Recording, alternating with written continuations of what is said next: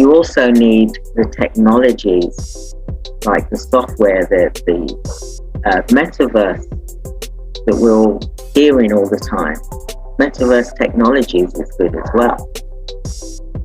So this is another list that you have to think about. What can you do to systemize everything? What is easier for you to do?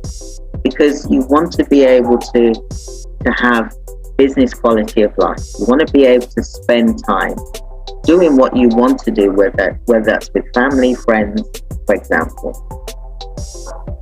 You know, it's good to think about these things and what type of technologies that you can have in place is going to help you to scale your business and be compliant as well on the metaverse.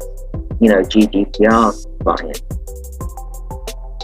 cyber security.